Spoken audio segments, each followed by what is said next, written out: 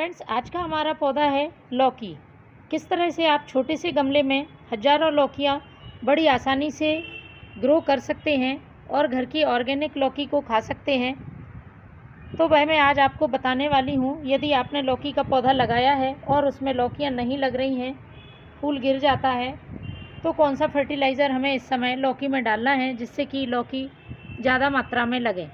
पहले मैं आपको इसका रिज़ल्ट दिखा देती हूँ, क्योंकि मैंने 20 दिन पहले इस फर्टिलाइज़र का अपने इस लौकी के पौधे पर इस्तेमाल किया था और इसमें अभी रिज़ल्ट देखिए।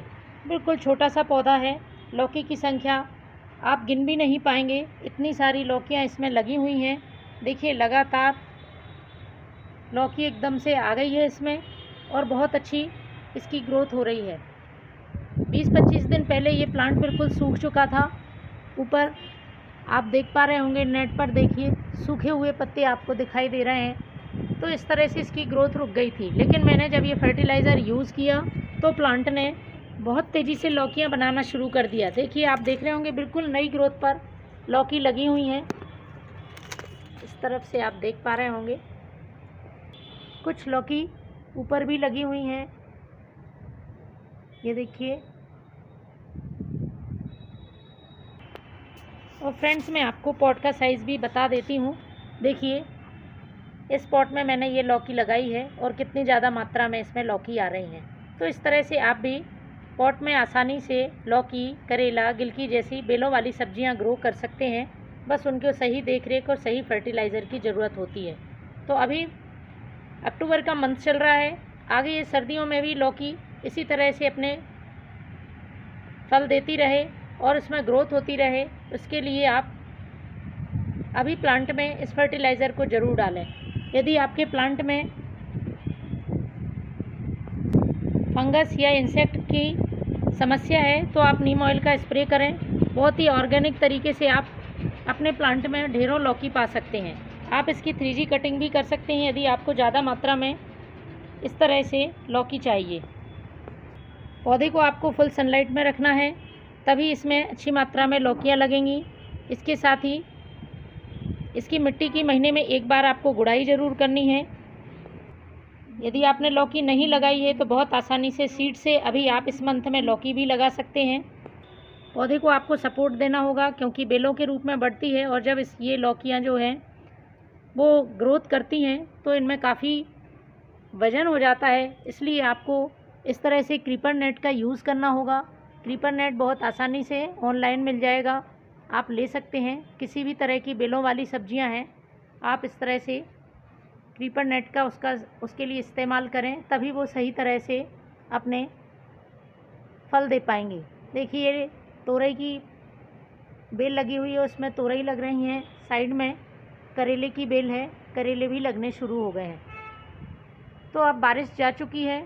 सर्दियों के लिए यदि आप चाहते हैं कि अच्छी सब्जियां मिलें तो आप इस फर्टिलाइज़र को डालें। लौकी ही नहीं, आप करेला, तोरई, टमाटर जैसे पौधों में भी इस फर्टिलाइज़र का इस्तेमाल कर सकते हैं। पूरी तरह से जैविक फर्टिलाइज़र है, बहुत आसानी से तैयार हो जाता है। तो चलिए शुरू करते हैं इसको बनाना।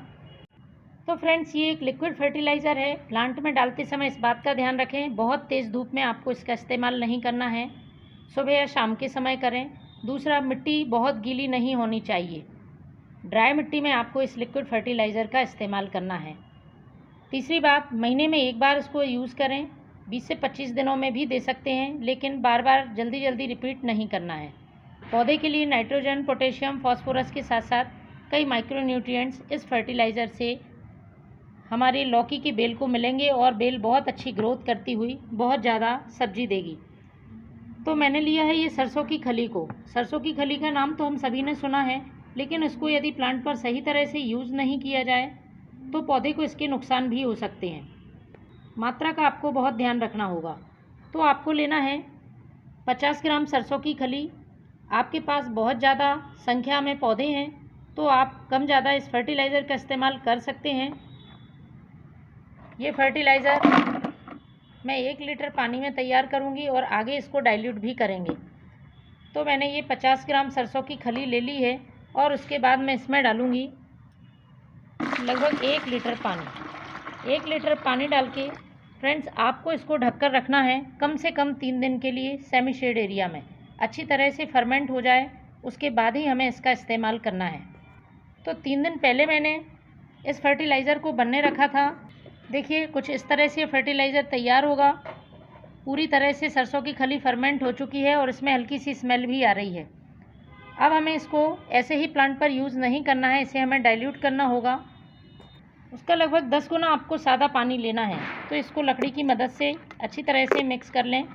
3 दिन के लिए जब भी आप फर्मेंट करने इसको रख रहे हैं तो रोज़ आपको एक बार इसे लकड़ी की मदद से चला देना है। और इसमें आप ये मैंने 1 भाग सरसों की खली का फर्टिलाइज़र ले लिया है और 10 भाग ये सादा पानी है, इसमें ही हमें इसे मिला देना है। अच्छी तरह से मिक्स कर लेना है। अब हम इसे अपने प्लांट में डालेंगे। इसको स्प्रे नहीं करना है। ये देखिए मेरी तोरई की बेल है, ये लौकी की बेल है। तो पॉट की साइज़ के हिसाब से आपको डालना है। बड़ा पॉट है 100 से 150 ml डालें, छोटा है 50 से 100 ml तक आप इस फर्टिलाइज़र का अपने प्लांट पर यूज़ कर सकते हैं।